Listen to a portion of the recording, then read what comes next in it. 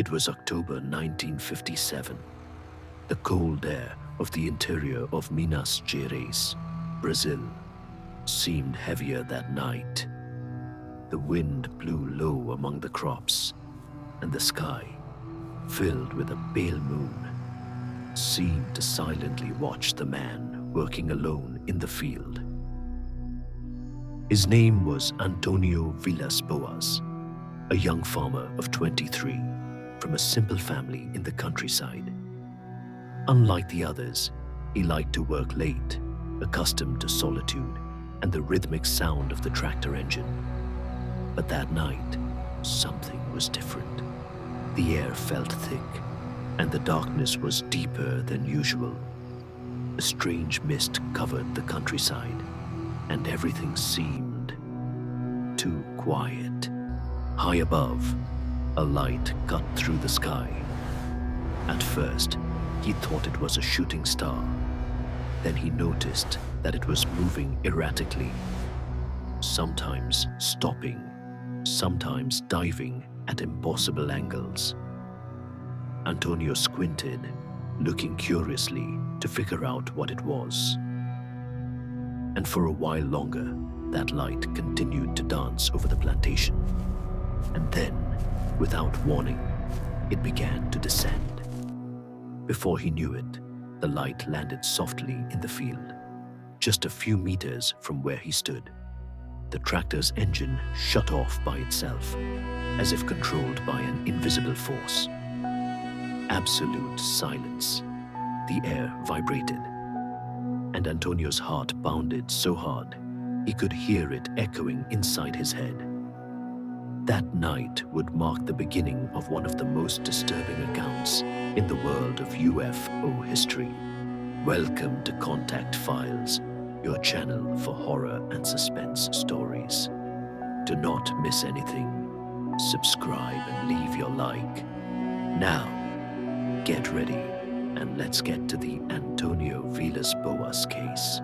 That light that hovered in the air lands on the field, revealing a metal machine oval-shaped, supported on thin legs, shining like liquid silver under the moon. A high-pitched sound cut through the silence, something between the buzzing of bees and the creak of cold metal.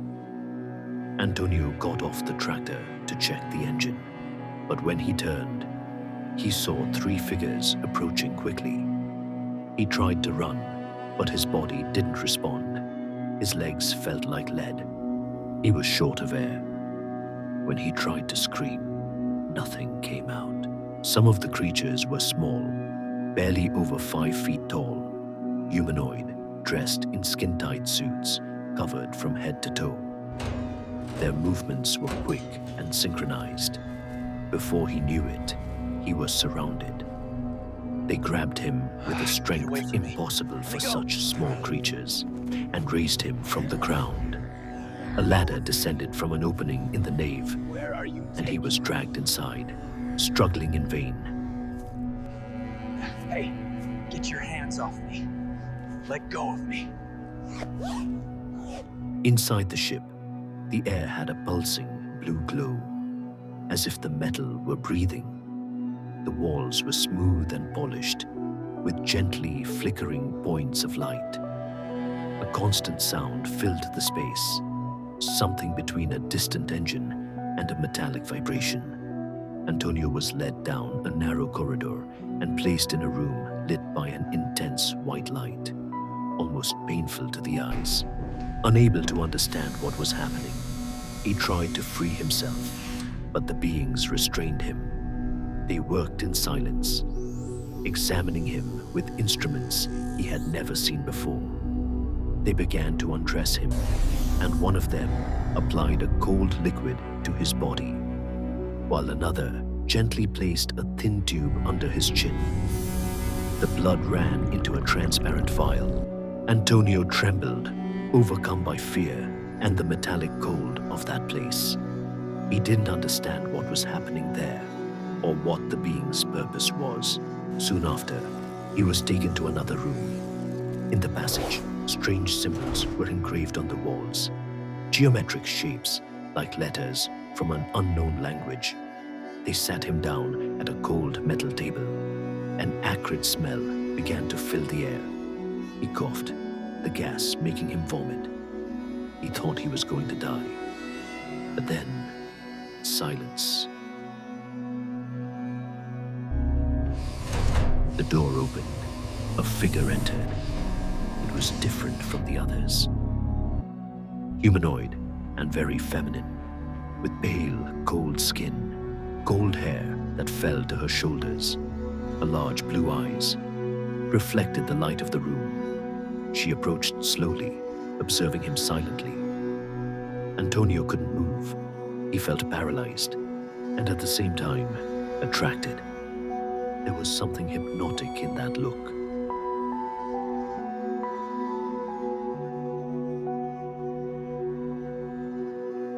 She touched him, and then fear mingled with a strange feeling of pleasure and fascination in carnal acts. Antonio later described losing track of time. It was as if he were being used for something he didn't understand, an experience beyond human logic. Hours seemed to pass within that white light.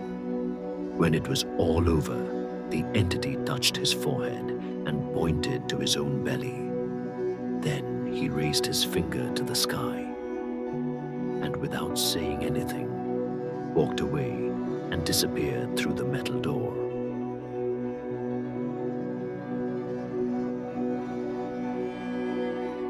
The little beings returned.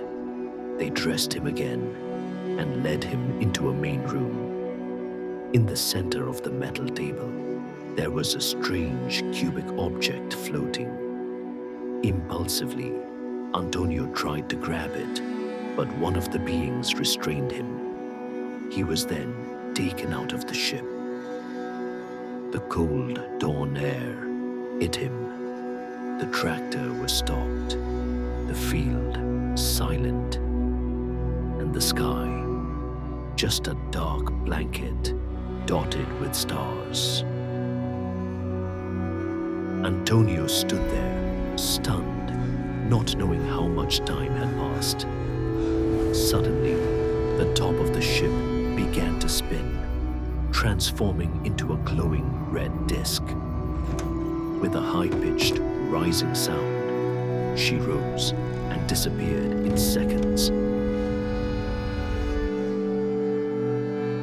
When he finally arrived home, the sun was already rising. In the mirror, he noticed small burns and strange marks on his skin. Days later, irritation and symptoms of radiation exposure appeared. Something no one could explain. The following nights were torment. Vivid dreams, nightmares of lights and silvery figures woke him screaming. Even decades later, Antonio never changed its version. He repeated the story, word for word, until the end of his life. The case of Antonio Villas Boas became the world's first widely documented account of alien abduction. A mystery that, even after years of investigation, remains unanswered. And to this day, no one has been able to confirm or deny what happened on that isolated farm under the starry sky of Minas Gerais.